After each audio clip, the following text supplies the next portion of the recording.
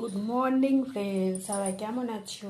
আশা করি ভালো আছো। আমি সকাল সকাল গুড মর্নিং জানাতে চলে এসেছি। তো আমার পুজো হয়ে গেছে, স্নান হয়ে গেছে। এই দেখো আমার পুজো হয়ে গেছে, স্নান হয়ে গেছে। এখন চা খাওয়া হবে।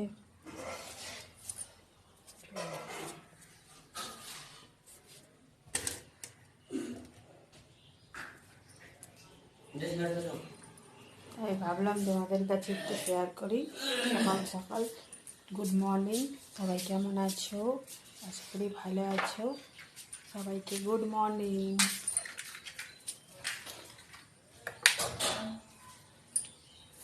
আজও প্রচণ্ড বৃষ্টি হচ্ছে সকাল থেকে, মানে ছাড়ার নাম করে না।